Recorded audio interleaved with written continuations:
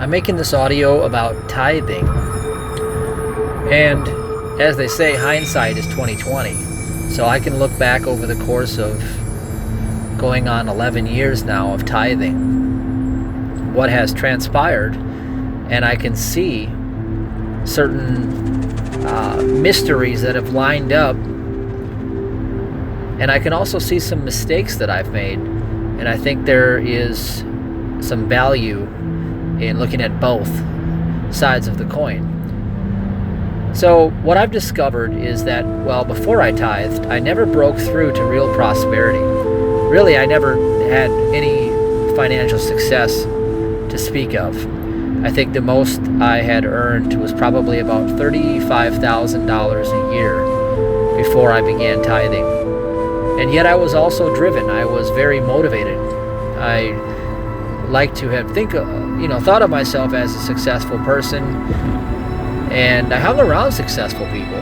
I had friends who were in the network marketing space that were millionaires making, 5-figure monthly incomes, some of them 6-figure monthly incomes.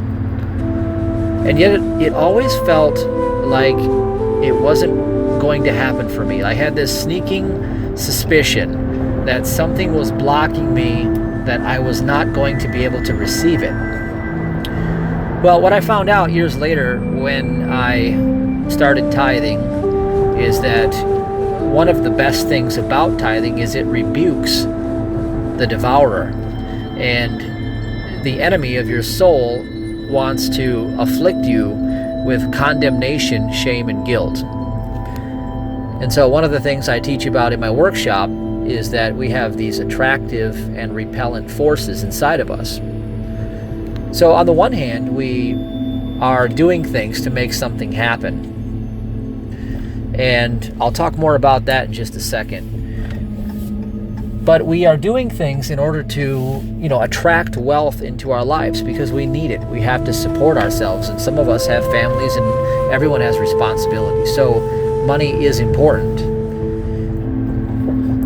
And what I discovered was through the process of tithing, which is a form of obedience and worship, and it's an acknowledgement that God is my source, then what it did was it broke the umbilical cord to the Babylonian debt system.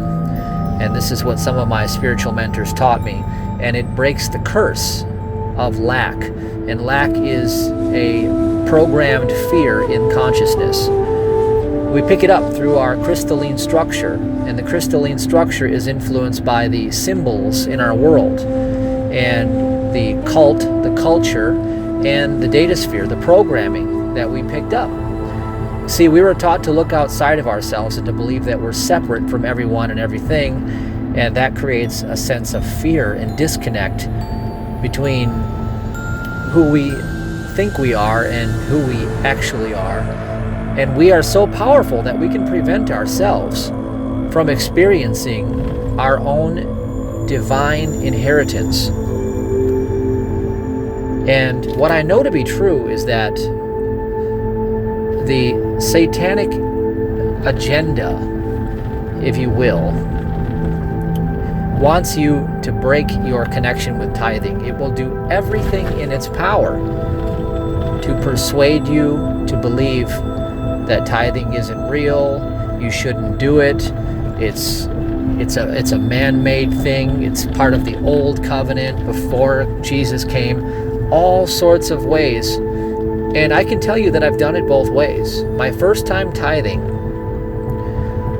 I had to go on faith, and that's one of the miracles I learned, is that faith increases at least 100 times when you start tithing.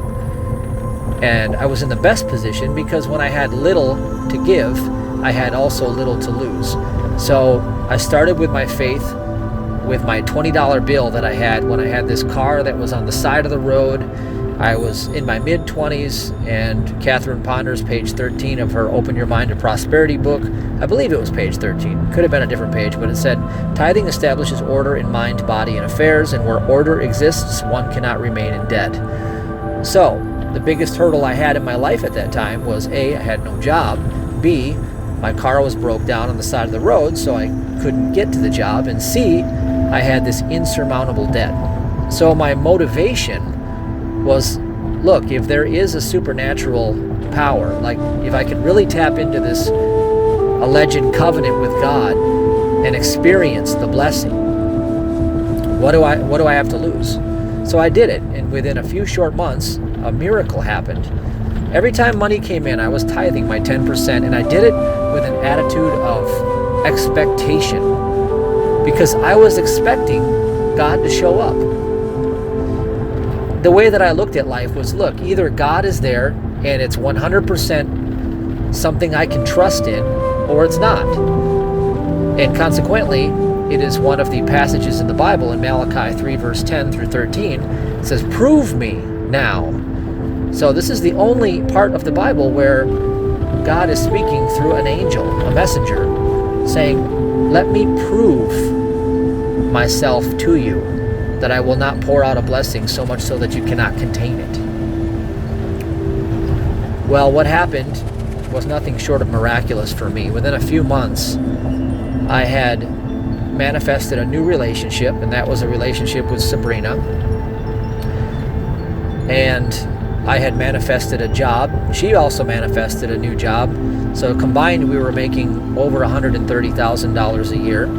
I was able to get a new vehicle, and that was within 6 months. I had, the new vehicle. But something magical between the 3 and 6 month mark happened that was such a mind-blowing experience that I knew that it was the hand of God. So what happened was this. We went on a vacation to visit Sabrina's grandfather in Florida. And from the moment I got there, I felt blessed to begin with. He showed up and he walked me to the gym and got me a gym membership and a golf club, a golf club membership. He was such an amazing man. And we played Monopoly together, laughed and had fun.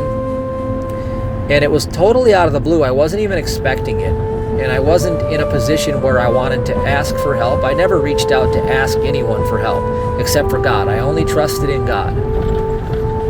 And he asked Sabrina how we were doing financially. She said, well, we're doing fine. We're on our way up and up. She's always been positive. And he said, no, really, tell me how you're doing. And she says, well, we're doing okay. And he says, how much debt do you have? And she said, well, this is our debt. And I'm not even kidding you. He wrote a check to pay off the entire debt and says, now you can pay me back so you don't have to pay them. And we were obliged. We said, wow, this is incredible. So what happened was he took care of all of this horrible interest we had that was just consuming all of our payments towards the debt. And to make a long story short, within that same year, he decided on his own that he wanted to forgive the debt. He wanted us to forgive the debt ourselves, and he wanted to forgive the debt and to pay it forward in life. So, like I said, he was a very wise man, and he must have sensed or known that we were going to come into money and we would pay it forward somewhere else in life. And that's what he wanted to do. So he forgave the debt. And that was just one of many things that happened. And these experiences never happened in my life before I began tithing. I never experienced anything like this.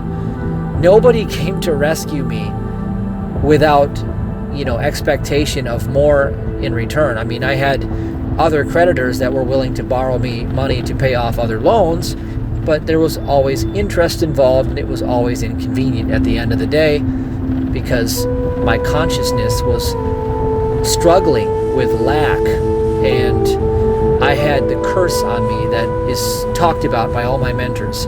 Every time I would try to get ahead, nothing would last. It was unsustainable. So then I began a process of what I call arrogance. And arrogance is what I call pointing your arrow through the G, which is the gnosis, the Gnosis, which is the human knowledge. It's not God's wisdom, but it's your earthly knowledge.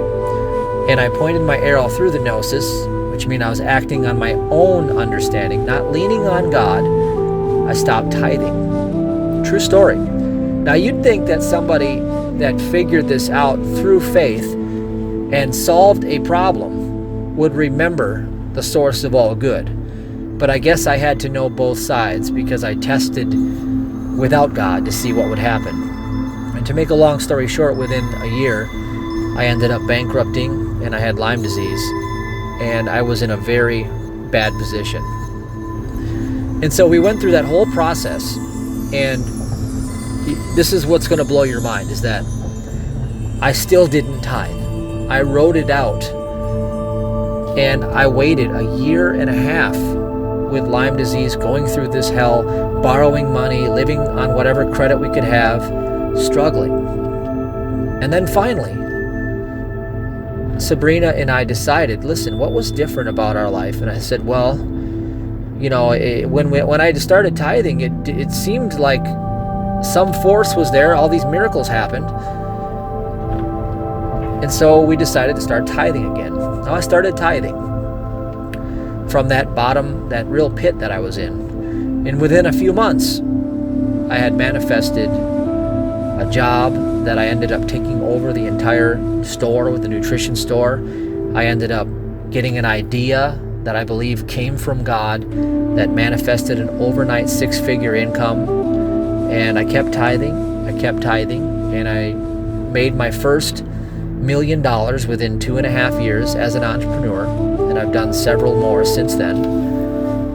And to make a long story short, some of the mistakes that I've made, well, that was obviously the big one, was stopping the tithe, breaking the covenant that saved me and got me out of those jams. But some of the other mistakes I made was, you know, really getting upset when things don't work out my way. Assuming that, you know, I know better. Again, leaning on my own understanding. So if you lean on your own understanding, you're essentially moving out of trust, and you're moving into faithlessness. Okay, so whenever we move away from faith and toward our own understanding, we're moving away from God. And God is in the present moment. That's why they say God is omnipresent. God is omnipotent, which means God is the only power in your entire reality at any given moment, because God's always present and God's the only power. And God's also omniscient. That means God is all-knowing. So whether you have 100 IQ, a 200 IQ, or you're some anomaly and you have a 400 IQ, it doesn't matter, because whatever your IQ is minute, tiny, fractional compared to the power of omniscience. And so wouldn't it make more sense to surrender to the greater power that is within you than to lean on the lesser? So here's how you differentiate between these two. Whenever you move into who, what, when, where, why, and how, essentially separating yourself into the past or future, engaging the mind, attempting to get an answer that it doesn't know, it's going to beat you up for not knowing the answer and also condemn you with shame and guilt. And you can get trapped in that. And when you enter the world of corruption, it births 1,001 industries to live off the corruption. And so what I discovered the miracle of tithing is it allows you to let go of the steering wheel that you don't even have control over to begin with. See, the whole saying, let go and let God, is really the best thing you can do in your life. And Jesus even said, whoever is willing to lose his life for Christ shall gain it. And whoever holds on to it shall lose it. So the miracles that I've discovered happen in this way. And I want to give this to you because I believe that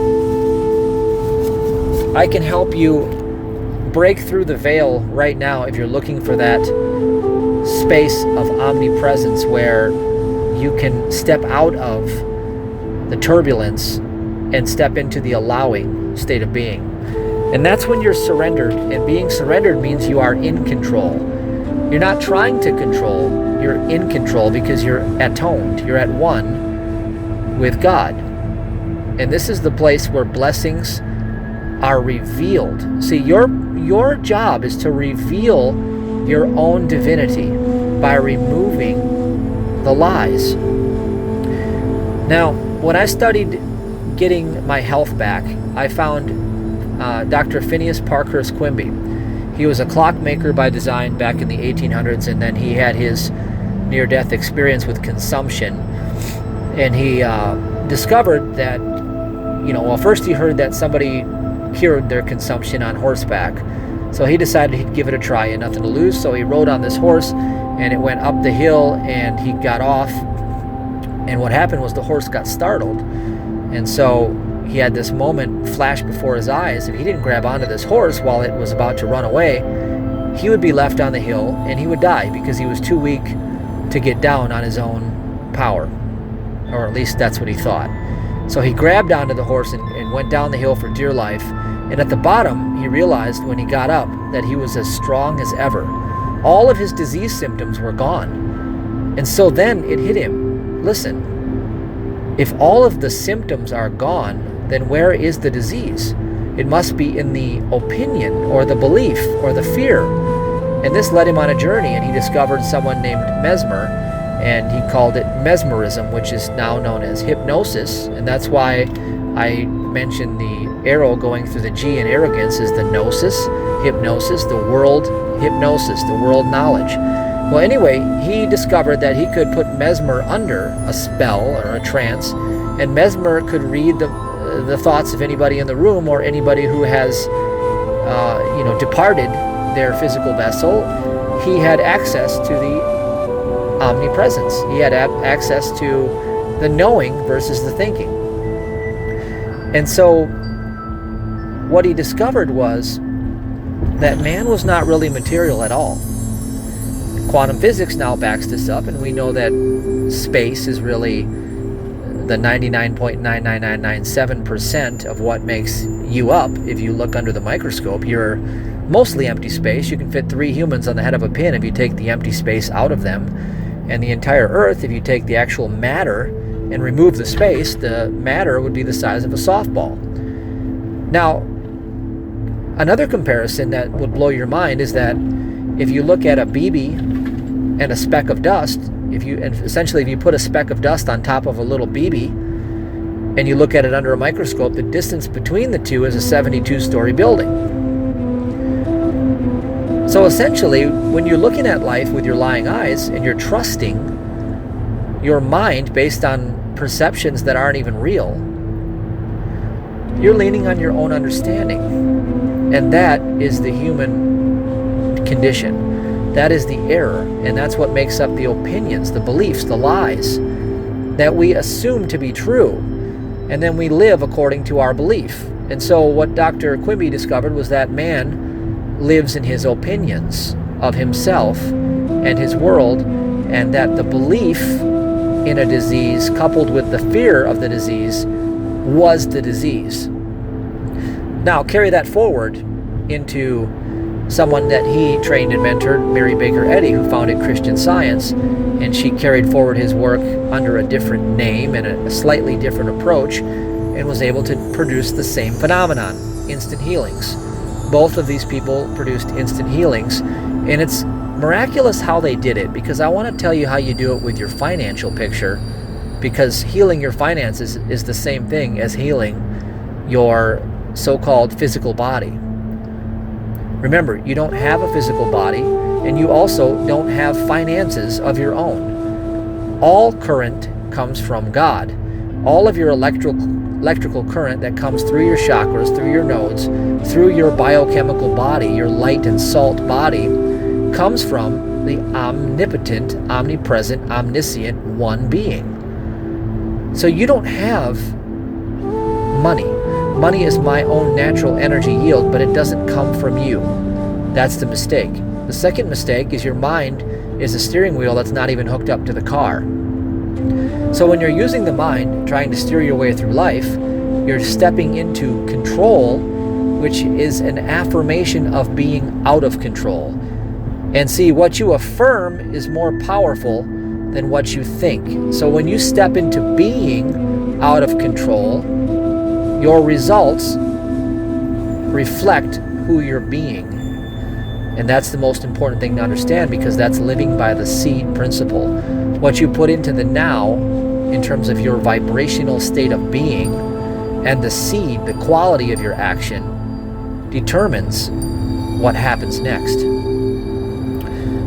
So Mary Baker Eddy has this passage called The Scientific Statement of Being, and I think it's worth looking at, and I'm going to dissect it for you in terms of your finances. You can also use it for your body. There is no life, truth, intelligence, nor substance in matter. All is infinite mind and its infinite manifestation, for God is all in all. Spirit is immortal truth. Matter is mortal error. Spirit is the real and eternal. Matter is the unreal and temporal. Spirit is God, and man is his image and likeness. Therefore, man is not material, man is spiritual. Now, that is the scientific statement of being. Again, if we look at it from the realm of quantum physics, she says there is no life, truth, intelligence, nor substance in matter. Now remember, matter is 99.999997% empty space. So what is this matter? Well, it is the nothingness, the dance, the maya, the illusion. The Vedic saying says infinite worlds appear and disappear in the vast expanse of my consciousness, like motes of dust dancing in a beam of light. We're talking about infinite worlds flickering in and out of existence at speeds so rapid that the five senses cannot perceive it as such. So we live under the spell that there is a continuation of time progression, and in fact the reality is that it is more like a still image snapshot and another snapshot and another snapshot in each moment, and it runs across the screen of our consciousness like a movie projector, and it's going so fast that all of these still images look like one progression or series circuit of time. So let that sink in for a minute. What you see with your lying eyes is not. So we have to understand what is behind the curtain if we're going to influence and have power. We're going to be in control. We're going to surrender to the one power and reveal more of its blessing in our hologram. We're going to surrender to God and allow God to bless us and get out of the way. That's the journey. That's the journey to prosperity, and it all begins with the tithe, and that is why it is so heavily attacked and so heavily downplayed by those who have not witnessed for their own understanding the power. Once you know the power of the tithe, how it breaks the back of fear and limitation, and how it puts you in the surrendered state of being where you know that God is the only power in your universe, because you have witnessed the miracles over and over again that your mind cannot comprehend. Until you get to that space, you must move in faith, and faith can be easily broken when you allow doubt to set in. So let me continue. All is infinite mind and its infinite manifestation, for God is all in all. So again, all is omniscience, which is infinite mind. Omniscience, for God is all in all. That is omnipotence. God is all the power and the only true mind that is present in your reality. Spirit is immortal truth and matter is mortal error. Now, matter is what you're perceiving with your five senses. Your five senses are in your mind. So if matter is mortal error, then when you're living in your mind, you're living in fiction. What does the mind do? It says who, what, when, where, why, and how. And it separates you out of the present moment and attempts to persuade you into thinking, which is a hidden form of fear, worrying. Instead of saying I was thinking about, say I was worrying about ... Or I need to think about it. Well, I need to worry about it ... is a more accurate understanding. Spirit is the real and eternal. Matter is the unreal and temporal. So if spirit is real and eternal, then it is the only power, and anything outside of it is not a power. Look at the equation here. If God is all in all, then what can exist outside of God? Nothing. So where is there room for any lack in your life if God is the only power and the only presence and the only mind? The only room for lack in your life is through a shadow of belief that casts a spell and takes you out of the present, the presence of God. So the process is to worship God. God has commanded the tithe. When you pay the tithe, you are separating your attachment from the illusion that money is real and that the world is real, and you're putting yourself back in the jurisdiction and under the care of God's presence, where all power is given to you as a child of the Most High. This is the journey of the prodigal son. It is the one move that breaks the back of all satanic attack on your consciousness, all guilt, all shame, all greed regarding money is broken in the act of the worship and the giving forward of the tithe. And it also sets up supernatural expectation. We get in life what we negotiate, and we get in life what we expect. So if I negotiate with God, my only influence over my future is the seed that I plant. If you plant a seed in the garden, you reap a harvest. If you do not plant seeds, then it is foolish to believe that you will reap a harvest. And if you negotiate with a giver, well, then you might as well be in alignment with the giver's expectations of you. God expects the tithe, and all throughout history, when the tithe has been honored by any civilization, they have been protected, promoted, and prospered. The tithing establishes provision, protection, and all prosperity in your consciousness because it aligns you with the source of the omnipotent, omnipresent, omniscient one being.